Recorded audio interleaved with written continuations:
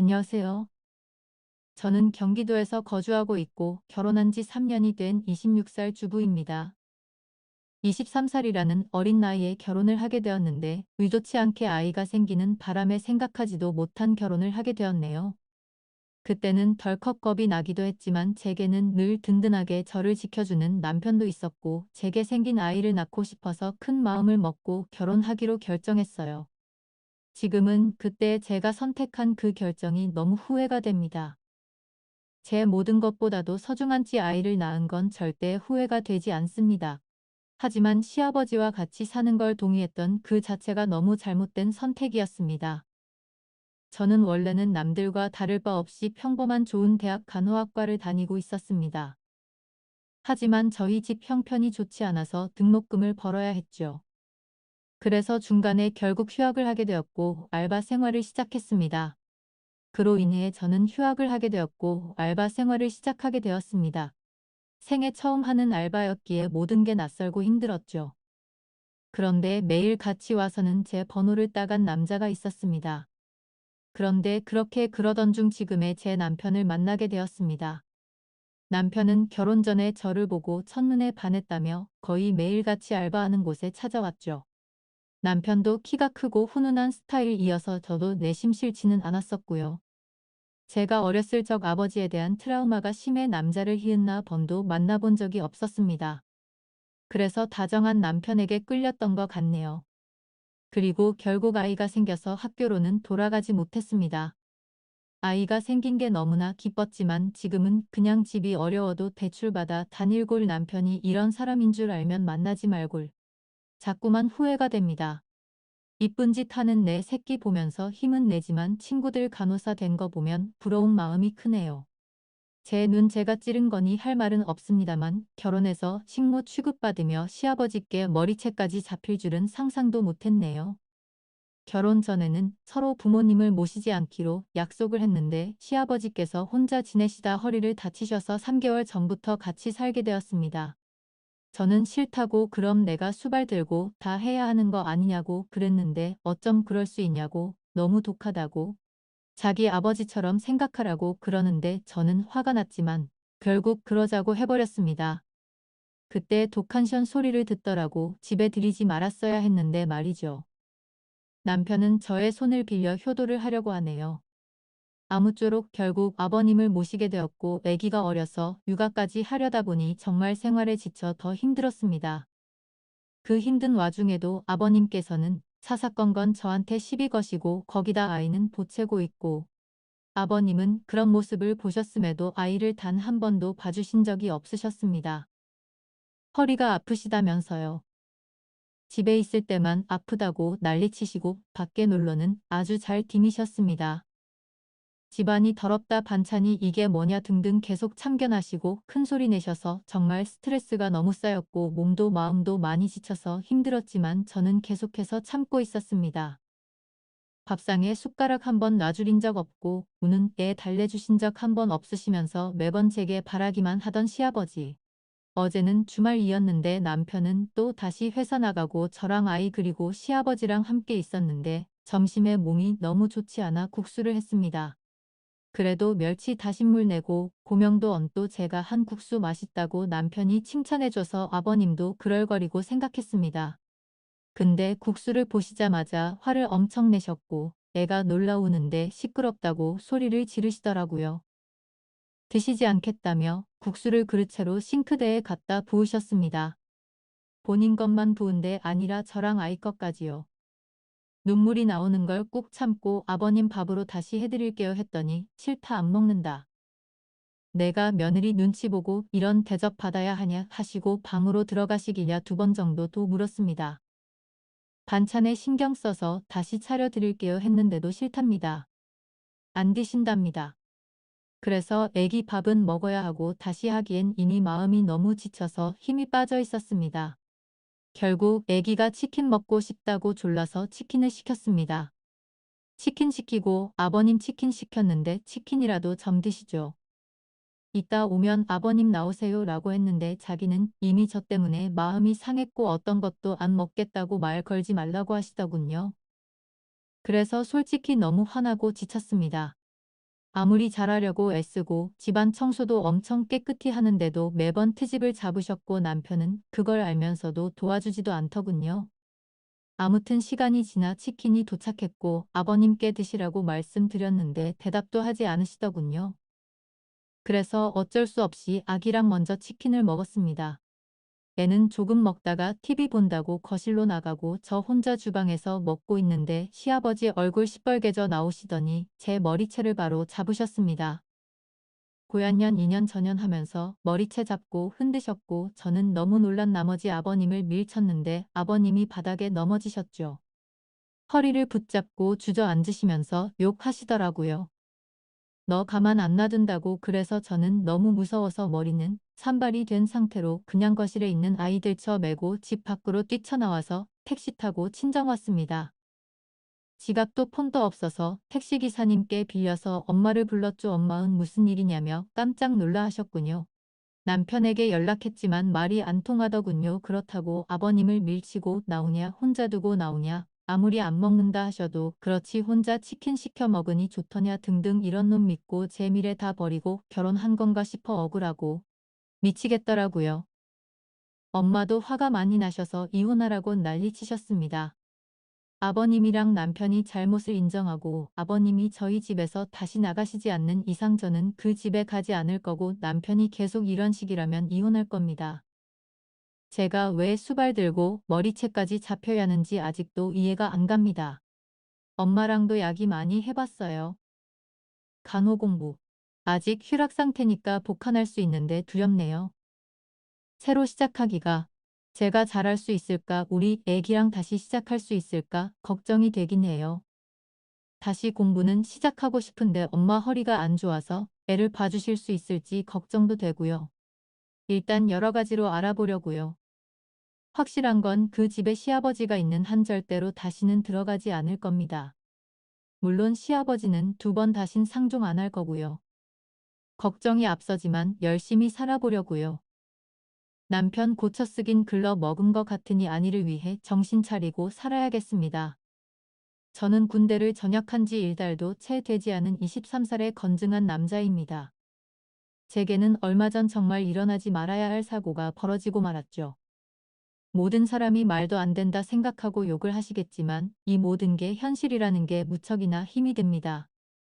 저를 힘들게 하는 건 다름 아닌 외숙모와의 만남에서 비롯된 일이었고 평생 무덤까지 짊어지고 가야 할 그 비밀이 천하에 알려지게 생겼죠. 정말 재수가 없게 하필 그 사고를 제 여자친구도 알게 되었기 때문에 그렇습니다.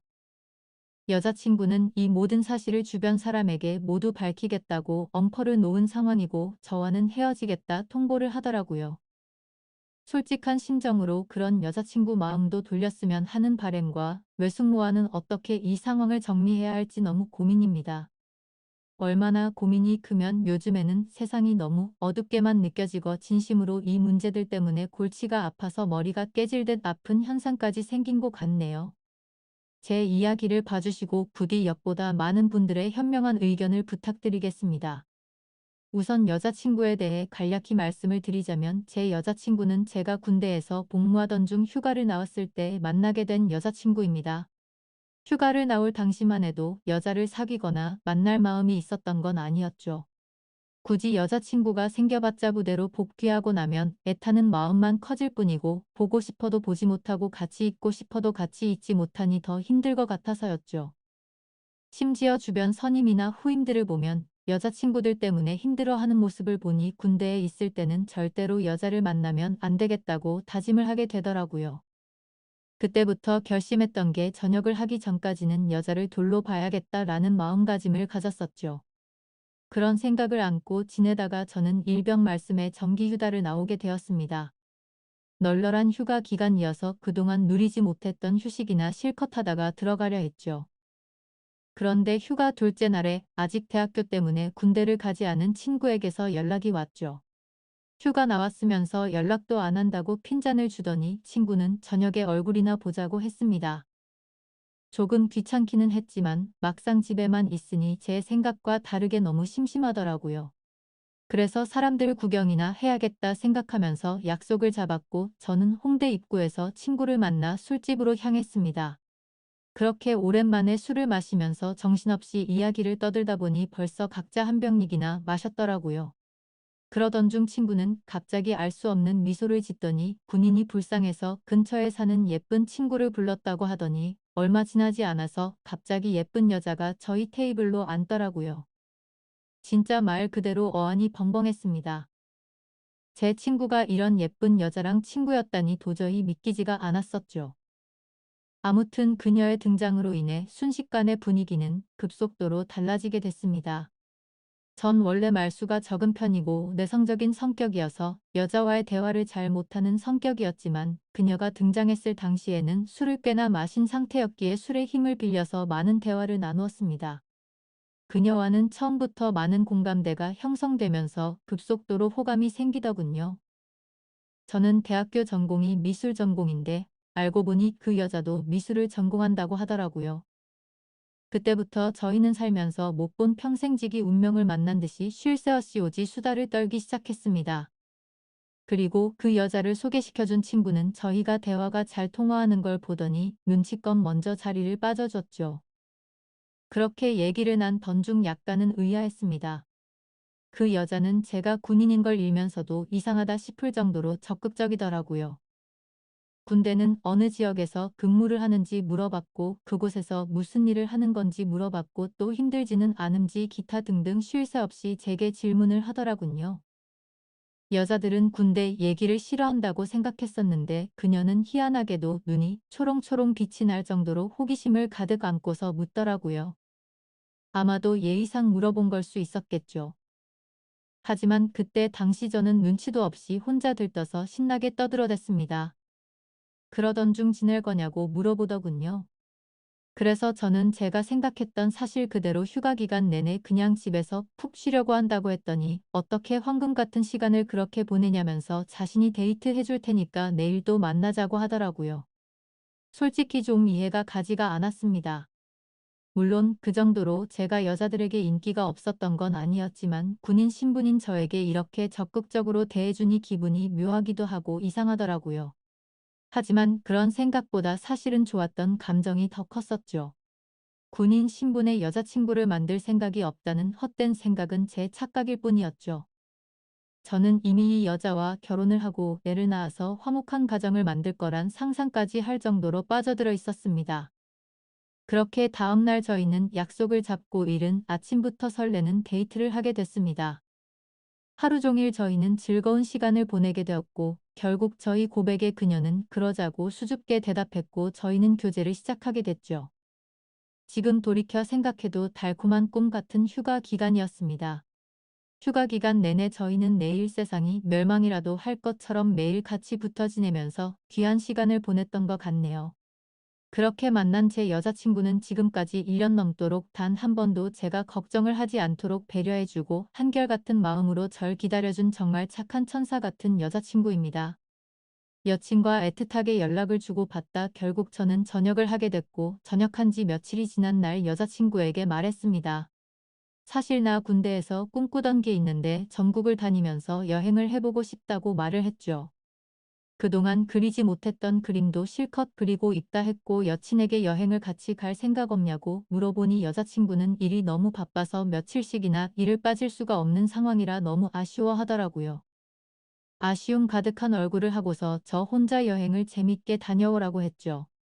그래서 저는 어쩔 수 없구나 생각을 했고 혼자서 여행을 다녀오려고 계획을 짜기 시작했죠.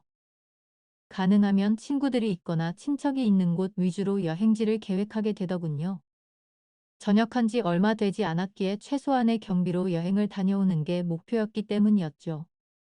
아무튼 그렇게 고민 끝에 정하게 된 첫 여행지를 정한 곳은 전라남도 여수였습니다. 그쪽 지역에는 제가 어릴 때부터 잘 따르던 외삼촌이 살고 계셨고 군대를 전역하면 언제든지 놀러오라고 신신당부를 해오기에 가장 먼저 생각이 나더라고요. 삼촌은 외가댁에서 늦둥이로 태어나서 저와는 나이차도 많이 나지 않았고 방학 기간이나 이럴 때 오랜 시간 동안 같이 놀면서 지내던 시간이 많다 보니까 많이 친했었죠. 그래서 그런지 다른 사람들조차 삼촌 조카 사이보다는 형 동생으로 보는 사람들이 더 많더군요. 아무튼 여행지를 최종으로 결정하고서 어릴 때부터 친했던 삼촌에게 여수로 여행을 간다고 이야기를 하고서 며칠 뒤 곧장 여수로 향했습니다. 도착을 하자마자 너무나 기분이 들뜨기 시작하더군요. 군대에서 그토록 꿈꾸던 여행을 왔다는 기분에 행복해졌기 때문이죠. 설레는 마음을 진정시키고 삼촌에게 전화를 걸었습니다. 삼촌은 지금 회사에 나와 있는 상황이라 집에는 외숙모만 계신다고 먼저 들어가 있으라며 주소를 보내주셨죠. 하지만 저는 외숙모만 있는 삼촌 집에 혼자 가기에 약간은 부담스럽고 뻘쭘하더라고요. 왜냐하면 외숙모는 제가 군대에 있을 때 삼촌과 결혼을 했기 때문에 저는 한 번도 본 적이 없었기 때문이었죠. 그래서 최대한 천천히 들어가려고 미리 알아둔 여수 여행지를 먼저 둘러보게 되었고 한참을 구경하다가 노을이 서서히 저물 때쯤 삼촌도 퇴근하고 들어왔겠지라는 생각으로 산촌내로 향했습니다. 하지만 그렇게 오랫동안 구경을 하다가 갔는데도 불구하고 삼촌은 집에 들어오지 않았고 처음으로 보는 외숙모가 활짝 웃으면서 저를 반갑게 맞이해 주셨습니다. 얼굴을 보는 순간 제 또래라 해도 될 만큼 동안 외모에 엄청난 미모를 가지셨던 니은요. 제 여자친구가 귀여운 대학생의 예쁜 미모라고 한다면 외숙모는 성숙한 아나운서 느낌의 예쁜 미모였습니다. 삼촌보다도 연하였듯 외숙모의 나이는 저보다 7살 많은 30살이었죠. 어머니에게 들었는데 삼촌이 먹 매워서 만났다더니 그 이유가 바로 이거였구나 싶었죠. 반갑게 웃는 외숙모는 먼 길 오느라 고생 많았다면서 현관문에 서서 집 안으로 들어오라고 손짓했고 저도 어색하게 웃으면서 인사를 하고 집 안으로 들어갔는데 깜짝 놀라고 말았습니다. 삼촌의 집에 들어서자마자 역시나 엄청나게 성공을 했구나 싶더군요. 삼촌은 어릴 때부터 머리도 똑똑하고 유능한 인재였기에 결국 어린 나이에 대기업에 들어갔죠. 근데 몇 년 다니지도 않고 회사를 그만두다고 하셨다길래 제 생각으로 도저히 이해가 가지 않았습니다. 하지만 결국 스스로 회사를 차리게 되었는데 모두의 걱정을 비웃기라도 하듯 예상보다 더 빠른 나이에 큰 성공을 거둔 거였죠. 아무튼 처음 보는 고급스러운 인테리어의 현관문을 지나서 펼쳐진 집안 모습은 가관이었습니다. TV는 영화관을 방불케 하는 대형 화면 LED 바닥이며 벽이며 온통 대리석으로 되어 있어서 고급지다는 느낌이 물씬 풍기더군요.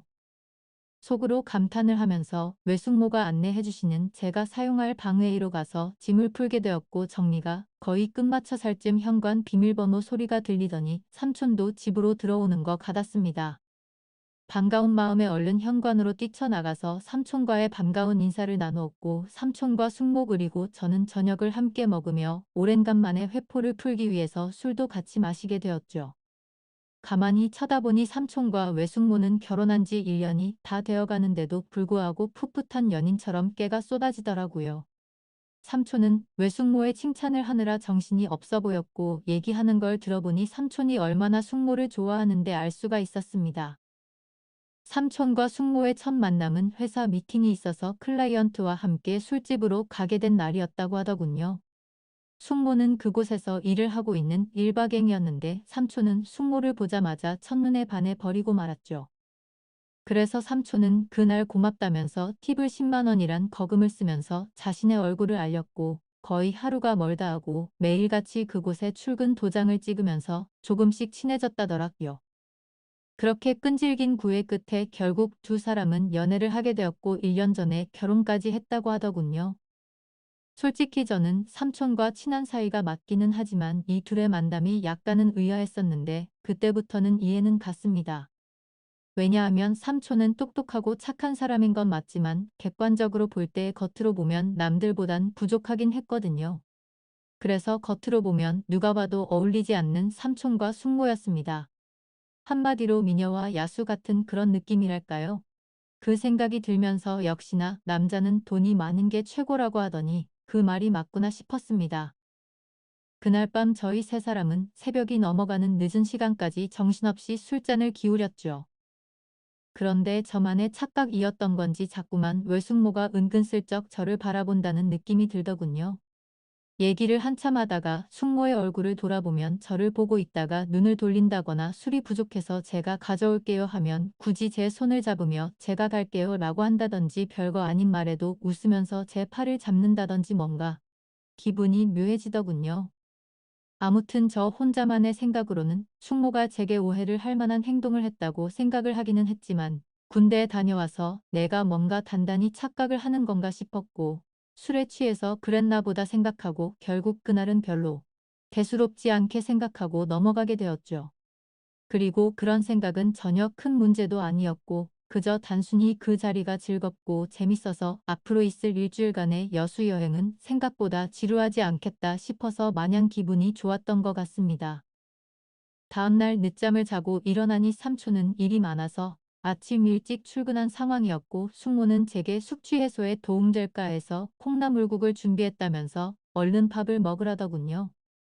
그래서 식탁에 앉아서 밥을 먹기 시작하는데 숙모는 대뜸 제 앞에 앉아서 밥을 먹는 걸 지켜보더라고요. 갑작스러운 숙모의 행동에 순간적으로 밥이 도로 튀어나올 뻔했죠. 저는 숙모에게 숙모는 식사하셨냐고 물어보자 보니는 이미 아까 먹었다면서 아무렇지 않다는 듯이 계속해서 저를 쳐다보고 있더라고요. 그 상황이 당황스러웠고 밥이 코로 들어가는지 입으로 들어가는지 몰랐네요. 그렇다고 숙모가 무한하게 밥 먹는데 쳐다보지 말라 하기도 어려운 상황이었죠. 그저 삼촌과 같이 있을 때도 혼자 밥 먹게 하는 스타일은 아닌가 보다 하고 말았네요. 그렇게 밥을 먹고 있는데 숙모는 여행 스케줄을 물어보더군요. 그래서 계획했던 대로 얘기를 해줬더니 너무 재밌을 것 같다고 하더니 본인이 자처해서 관광하는 걸 도와주겠다고 하더라고요. 솔직히 어색해서 괜찮을까 생각을 하긴 했지만 그 제안이 나쁘지는 않았습니다. 그림을 그리기 위해서 이것저것 들고 다니면서 대중교통을 이용하면 분명히 많이 불편했을 텐데 숙모가 운전을 해주신다고 하니 그 차를 이용해서 다니면 훨씬 편할 거라고 생각이 들더군요. 그리고 어찌되었건 숙모와는 앞으로는 친척이 되었으니 친해지는 게 좋겠다 생각 들었죠. 그렇게 함께 시작한 여행은 생각보다 더 편하고 즐거웠습니다. 처음에는 많이 낯설기도 했지만 숙모의 성격이 사람을 편하게 해주는 성격이라 그런지 금세 마음이 편해졌죠. 그리고 매일같이 밥도 같이 먹고 드라이브도 하다 보니 생각보다 금방 친해지는 기분이 들었죠. 심지어 제 여행의 목적이기도 했던 그림을 정신을 놓고 한참 그리고 있으면 조용히 제 옆으로 다가와서는 너무 분위기가 있다면서 그림도 어떻게 이렇게 예쁘게 잘 그리냐며 입이 마르도록 칭찬을 해주더라고요. 예쁜 미소로 웃으면서 그런 말을 하니까 내심 기분도 좋았었고 예쁘고 젊은 숙모랑 둘이서 다니다 보니 마치 데이트를 하고 있다는 착각까지 들었죠. 아무튼 그렇게 즐겁고 재밌는 하루하루를 보내다 보니 일주일 여행 기간 중에 순식간에 4일이라는 시간이 지나갔습니다. 근데 그날 밤 삼촌은 해외 쪽에서 큰 문제가 생겨서 직접 급히 해외로 출장을 가야 한다고 했습니다. 그래서 저도 숙모와 둘이서 있기에는 좀 그러니까 마침 저도 친구들이 연락 와서 조금 급하게 올라가야 한다고 말을 했죠. 그런데 그 말을 하자마자 제가 제정신이 아니었던 건지 속으로는 왠지 모르게 아쉽다는 생각이 들었고 괜히 급하게 올라간다고 했다는 생각에 후회스러운 마음도 좀 들더라고요. 대체 무슨 생각인 건지 그 생각을 했던 제 스스로도 이해가 안 되었죠. 많이 가까워지고 친해져 버린 숙모와 이별을 한다고 생각해서 그랬던 건지 왠지 모를 마음이 들었습니다. 하지만 아무리 그래도 이런 생각을 했다는 그 자체만으로도 저를 스스로 욕을 해버리고 말았습니다. 다음 날 아침 삼촌은 예정대로 새벽부터 급히 해외로 출장을 떠나게 되었고 저는 여행의 마지막 술자리로 어제 마신 술 때문에 피곤해서 잠을 더 자고 있었습니다. 그런데 술에 취해 정신없이 방에 들어와서 자느라 방문이 열려 있는 것도 모른 채 자고 있었던 거죠. 정신없던 저는 평소 습관처럼 민소매의 반바지를 입고서 자고 있었습니다. 근데 잠결에 잘못 본 건지 외숙모가 제 방 앞에서 알짱거리는 듯한 뭔가 인기척이 느껴지더라고요. 뭔가 쳐다보고 있는 게 느껴지는데 갑자기 잠에서 깨기에 조금 창피해서 눈을 감고 가만히 있었습니다. 근데 기분이 참 묘하더군요. 숙모라는 사람이 저를 몰래 쳐다보고 있는 느낌이라는 게 말이죠. 그래서 조금은 잠에서 깨서 살짝 실눈을 떠서 봤는데 숙모의 그 눈빛을 잊을 수가 없었습니다. 한참을 몰래 보더니 자리를 비우게 됐고 저도 어느 정도 시간이 지난 뒤 늦은 점심시간쯤 일어났죠. 저는 샤워를 하고 나와서 다시 집으로 가기 위해서 짐을 정리하고 있는데 숙모가 부르더라고요. 제가 갑자기 떠나게 돼서 아쉽다면서 여행지로 꼭 추천해주고 싶었던 곳이 있는데 늦기 전에 그곳도 구경하고 밖에서 식사나 하고 저녁에 가는 게 어떻겠냐고 물어보더군요. 저야 뭐 삼촌의 부재로 인해 급하게 올라가려고 했던 상황이었기에 굳이 급하게 갈 이유는 없어서 숙모의 제안에 그렇게 하겠다고 대답을 했습니다. 그래서 간단히 식사를 마치고 나서 제 모든 짐을 숙모의 차에 싣고서 숙모가 추천하는 곳을 함께 가게 됐고 여수에서의 아쉬운 마지막을 만끽하고 있었죠. 그러자 숙모는 제게 가까이 다가오더니 제 옆에 앉아서 말을 꺼내더군요. 며칠 동안 저와 같이 여행을 하면서 조금씩 친해지는 것 같았고 너무 즐거웠는데 갑작스럽게 간다고 해서 많이 아쉽다 하더라고요. 그러더니 다음에도 놀러 오면 같이 재밌게 보내자면서 제게 부탁할 게 있다고 하면서 대뜸 자신을 그려주면 안 되겠냐고 부탁을 하셨죠. 그래서 알겠다고 하고서 숙모를 스케치하기 시작했습니다. 그림이라는 게 섬세한 모습을 표현하기 위해서 그만큼이나 사물을 자세하게 관찰하고 그려야 했기에 처음으로 숙모의 모습을 자세히 보기 시작했는데 이렇게 완벽했었나 싶은 생각이 들었죠. 미녀의 표본이라고 하는 얼굴형의 눈도 크고 오똑한 콧날에 어디 하나 흠잡을 곳이 없더라고요. 그때까지는 몰랐는데 자세히 보니 얼굴이며 몸매며 연예인 한채영과 진짜 많이 닮았구나 싶었습니다. 그래서 숙모에게 연예인 한채영 닮았다고 하니까 수줍게 웃는데 그 모습마저도 너무 예쁜 소녀 같았죠. 그렇게 숙모의 그림을 완성해서 숙모에게 줬더니 활짝 웃으면서 실물보다 훨씬 예쁘게 그려준 것 같다면서 평생 간직하겠다면서 고맙다고 하더라고요.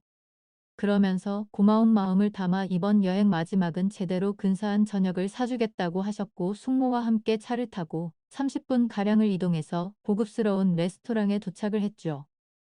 테이블에 앉자마자 숙모는 익숙하다는 듯이 가장 비싼 코스로 주문하시고는 숙모는 제게 물었습니다. 우리의 여행도 오늘이 마지막이라 아쉬운데 간단히 목만 축일 정도로 한잔 하는 거 어떠냐고 하셨죠. 저는 원래 술이면 마다하지 않는 편이었기에 좋다고 했고 결국 둘이서 고급스러운 음식과 함께 비싼 와인을 마시게 되었습니다. 그런데 간단히 마시려고 했던 술은 아쉬운 마음만큼을 반영한 것처럼 마치 고삐 풀린 망아지처럼 정신 나간 듯 서로 주거니 받거니 하면서 마셔댔죠.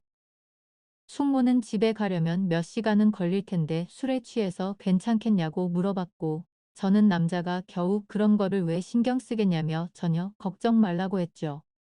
그렇게 저와 외숙모는 술이 취해버렸고 마치 오래된 이성 간의 친구라도 된 것처럼 말도 안 되는 얘기를 하기 시작했습니다. 제게는 여자친구가 잘해주냐며 어떠냐 물어봤고 저는 삼촌이 어떤지를 물어보게 되더군요. 그런데 서로가 정신이 나가버린 건지 각자 연인에 대해서 단점을 말하기 시작하더니 급기야 서로에 대해서 아깝다고 하면서 칭찬들을 해대기 시작했죠. 심지어 술에 취해서 결국 해서는 안 될 말까지 서로가 해버리고 말았습니다. 정신을 놓아버린 저는 숙모의 첫모습이 예뻐서 놀랬다고 말했고 숙모는 제가 그림을 그리는 모습이 너무 멋지고 감성적이어서 가슴이 설레기까지 했다 하더군요. 그리고 결국에는 기어코 술에 못 이겨서 난감한 상황이 됐죠. 술을 계속해서 마시다 보니 갑자기 숙모는 엄청 취해서 몸을 제대로 가누지조차 못하더라고요. 저는 예약해둔 마지막 차 시간도 다 되어가기도 하고 술도 너무 취해가서 얼른 대리기사를 불러서 숙모를 모셔다 드려야겠다 생각했습니다. 그렇게 대리기사님이 도착했고 저와 숙모는 뒷자리에 같이 집으로 향했습니다. 근데 숙모는 술에 취해서 제게 기대서 잠드는데 그때부터는 정말 심장이 엄청 두근대더라고요. 술에 취해서 잠들어 있긴 했지만 혹시라도 제 심장 소리가 들릴까봐 마음이 조마조마했죠. 하지만 다행스럽게도 별다른 일 없이 집 앞까지 무사히 도착을 했고 예약 시간에 늦을 것 같아서 마음이 조급해지기 시작했습니다.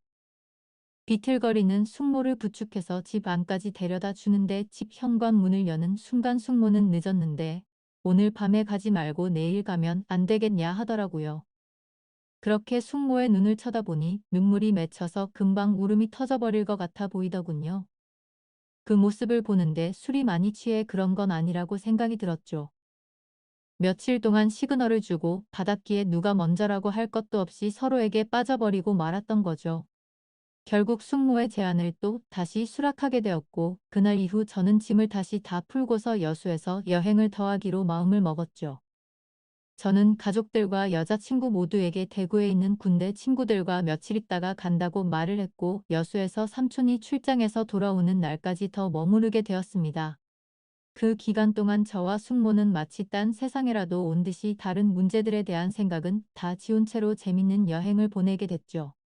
지금 생각하면 어떻게 그럴 수 있었나 싶고 정말 후회 많이 가득합니다. 만약 숙모가 아닌 다른 여성에게 마음을 빼앗긴 거라면 이렇게까지 머리가 깨져버릴 것 같이 힘이 들지는 않았을 것 같네요. 그런데 지금에서야 그 일들이 얼마나 정신 나간 감정들이었는지 제정신이 돌아왔습니다. 어릴 때부터 저를 친동생처럼 좋게 봐주고 항상 착하게만 대해주던 삼촌의 아내에게 이따위 말도 안 되는 감정을 가졌단 것도 그렇고 군대에서 있는 그 오랜 시간 동안 저를 이해해주고 배려해줬던 착한 여자친구에게 죽을 죄를 진 거죠. 숙모와는 그렇게 연인처럼 지내다가 저는 집으로 다시 돌아오게 되었고 한동안 숙모와 비밀리에 서로 연락을 주고 받고 있었죠. 하지만 여자친구를 볼 때마다 죄책감에 고통스럽더군요. 그래서 그런지 여자친구는 제 모습을 이상하게 여겼는지 의심을 하기 시작했던 것 같습니다. 혹시 여행 가서 무슨 일이 있었는지 물어보면서 평소와 다른 사람이 된 것 같냐며 저를 추궁했죠. 그러자 방귀 낀 사람이 성낸다듯이 아무것도 달라진 거 없는데 왜 그러냐 오히려 화를 냈습니다. 하지만 평생토록 영원할 수 있는 비밀은 없다는 게 맞는 말이더군요. 결국에는 제 여자친구가 여수에서 있었던 모든 사실을 알게 됐기 때문이죠. 여행을 다녀온 지 2주 정도의 시간이 순식간에 지나가게 됐고 저는 다시 정신을 차리고 여자친구와 저는 평소와 다를 바 없이 지내고 있었습니다. 그러던 중 저는 잠을 자고 있는데 옆에서 저를 툭툭 치면서 여자친구가 떨리는 목소리로 절 부르더군요. 무슨 일인가 싶어 일어나 보니 여자친구가 제 휴대폰을 들고 서서 저를 죽일 듯이 노려보고 있었습니다. 순간 가슴이 철렁했죠. 여자친구가 의심을 하던 상황이라 당연히 모든 연락 내용을 다 삭제해둔 상태였었고 숙모의 번호까지 차단해둔 상태였기 때문에 저도 모르게 방심했던 거죠. 무슨 일이냐고 물어보자 지금 네 휴대폰에 이런 문자가 왔는데 도대체 뭐냐고 묻더라고요. 건네받은 휴대폰에 있는 문자 내용을 보니 숙모에게 온 문자였죠. 저는 일상으로 복귀하고부터 삼촌과 여자친구에 대한 죄책감과 감당할 수 없는 더 큰 일이 벌어지면 안 될 것 같아서 연락을 중단하고 번호까지 차단했었죠. 근데 숙모 번호가 아닌 처음 보는 다른 휴대폰 번호로 연락이 왔더군요.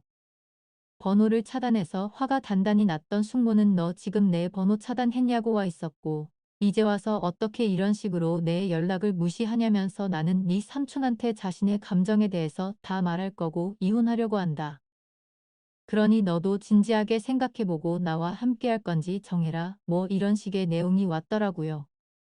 저는 그 문자 메시지를 읽는데 너무 당황스러운 나머지 식은땀이 나면서 아무 말 없이 가만히 있었습니다.